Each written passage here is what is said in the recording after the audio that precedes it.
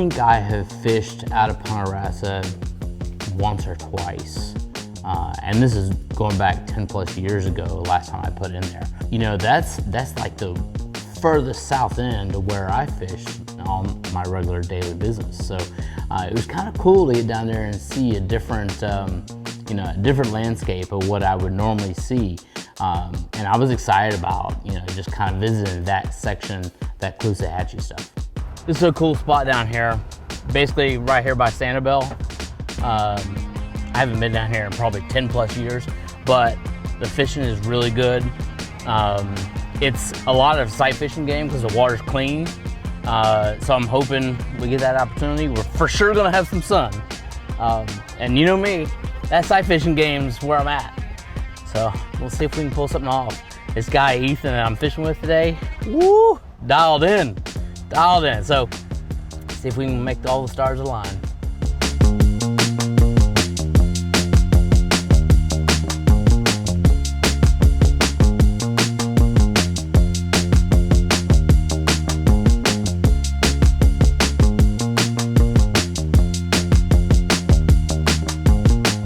Ethan and I actually started touching base via social media, and you know, I'm a big fan of just seeing people out and about catching fish, and he had some killer photos on his social, and we started talking back and forth through the summer about schools of redfish, and schools of redfish in the south end was going to be, you know, totally outside of my area, but you know, we were talking about similar areas, you know, on the south end and the north end, and just kind of struck up a friendship that way.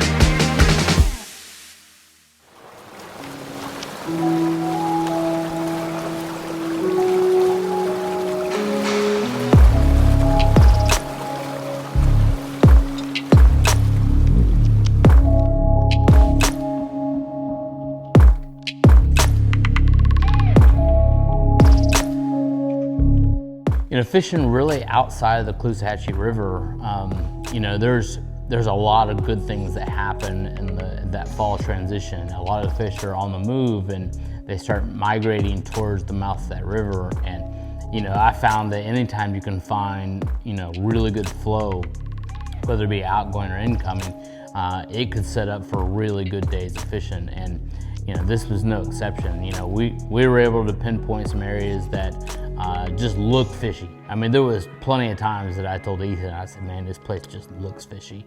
And, you know, the old general rule, 90% of the fish are in 10% of the water, well, that still holds the case, you know, everywhere you go in the country, that's the case. But it was cool to set up on some of these points that, you know, even, you know, guiding all those years that I would pinpoint back home, you know, this young guy, Ethan, he was on the same page. He knew what to look for and to target those points, and that's really where we ended up catching the majority of the fish. Oh, you got him right here next to the boat. Is that trout? Yeah, it's a giant trout. That's a good one, bud. All right, we're power pull down. Oh yeah, that's, what? Oh man. You so clear? Yeah. Try to bring him on this side away from that trolling motor. Put this over here. Dude, I saw him come up and eat it. Yeah, that's a big one.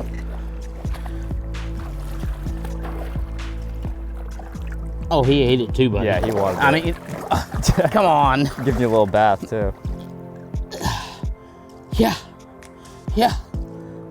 That's good fish, man. Stud. Oh, he liked it. Quick color change and it worked out. Yeah, right? Yeah. That was like your second cast of that. Yeah. That goes with that dark water too, you know? It's perfect. It's pretty good one, man. Pretty colors. Still got that color from that dark water. Yeah. So much for slithering. Yeah. Okay. Hey, nice work. Yeah, I watched that trout like open his mouth and eat it. That might have been one that was trying to eat your top water, I think. Yeah, could be. Yeah. It was about that same zone, wasn't it? Oh, get you some of that. Yeah, that might just be a bite.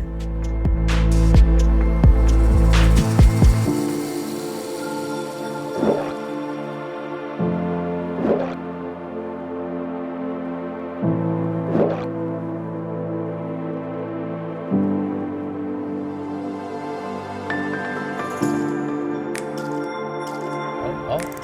That's a good oh. fish. That's a good fish. Oh yeah, keep him down. You got 8-pound Power Pro on there. That's fine. I fished 10, so.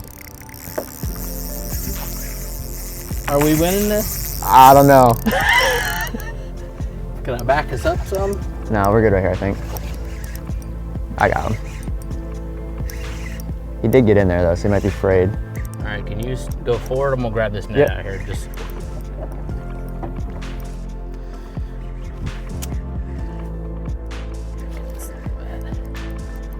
Oh yeah, That's a good one. solid fish, bud. Oh, Oh, he's not ready yet. He's not ready yet.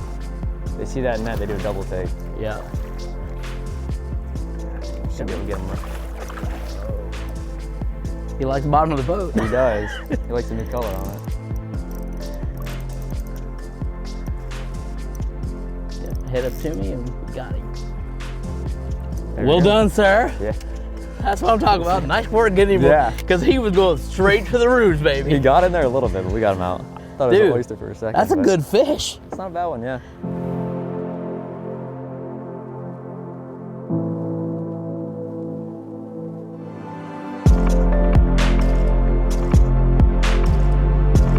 You know, the Caloosahatchee is really well known for catching some numbers of snook, you know, especially in this transition from that late summer into early fall.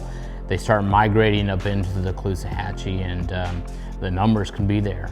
And you know what's interesting is, you know, the fish, as the sun came up, the fish actually pushed closer to the edge of these shorelines and it was sand up there and we could see them. So it was a cool thing to have happen. Even though we didn't have all the sun we needed, it was good to be able to see into the water there and see those fish laid up and get a shot at them.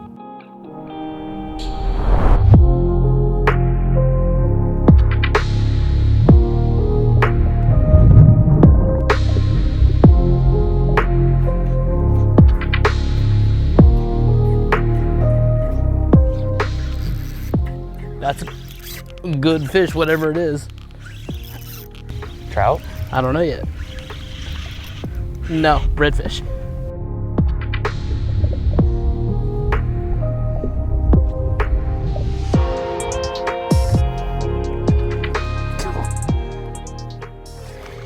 Likes the bottom of the boat. Yeah, he's fighting. Yep.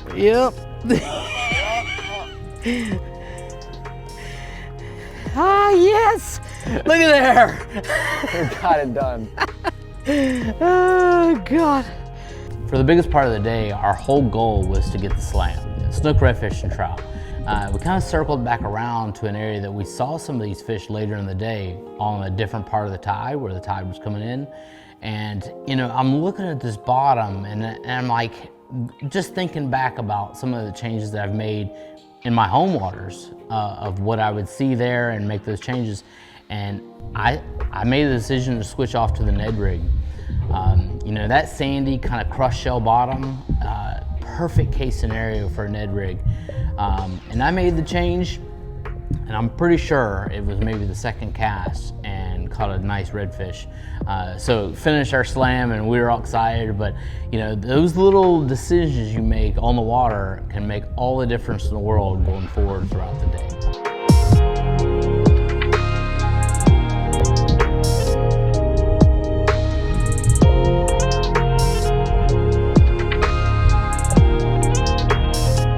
You know, spending some time on the boat with Ethan, you know, was actually kind of a cool thing for me for a lot of different points. But young guy, just kind of getting into the game, understands how, you know, his way around the boat and how to approach certain shorelines and where to target these fish. For me, you know, I've essentially been guiding almost as long as the guy's been alive, which was a little bit of an interesting thought as I'm getting old. But the truth is, I love to see that because I was that guy at his age that had it really bad. That, you know, the passion about getting out on the water and catching whatever it was at that time, that's all that mattered. And I could appreciate a guy that is dialed into a program. I think he's gonna do some really cool things in the future.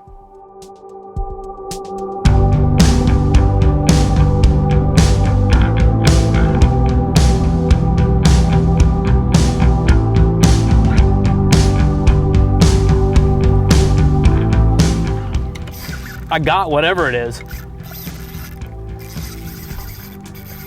Good fish? Yep, good one, real good one.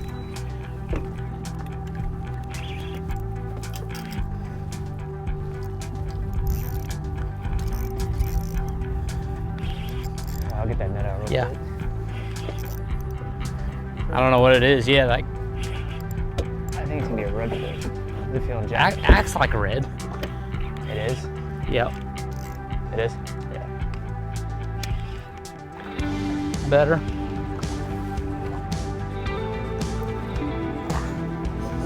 Get out there. Yeah. Loving the bottom of this new boat. Yes, sir. Come on, come on. All right, coming to you. Yeah. Perfect. The Ned for the win, baby. I switched it up on you. Might have been like your third cast with it.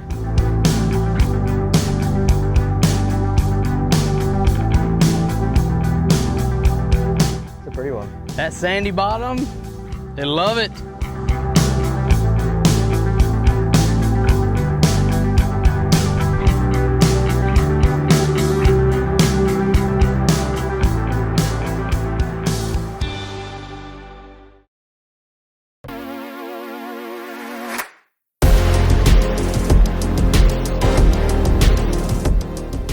Most of you know that, you know, when you're targeting fish on artificial, many times casting distance is key. And anytime that I know that I'm throwing small, light, artificial, soft plastics, you know, I guess my goal is to get as much distance as I possibly can, because it gives me that separation between what I'm targeting. And really, the truth of the matter is, anytime you're fishing an area that has pressured fish, casting distance is king. So in my case, I actually choose the 8-pound Power Pro Super Slick V2.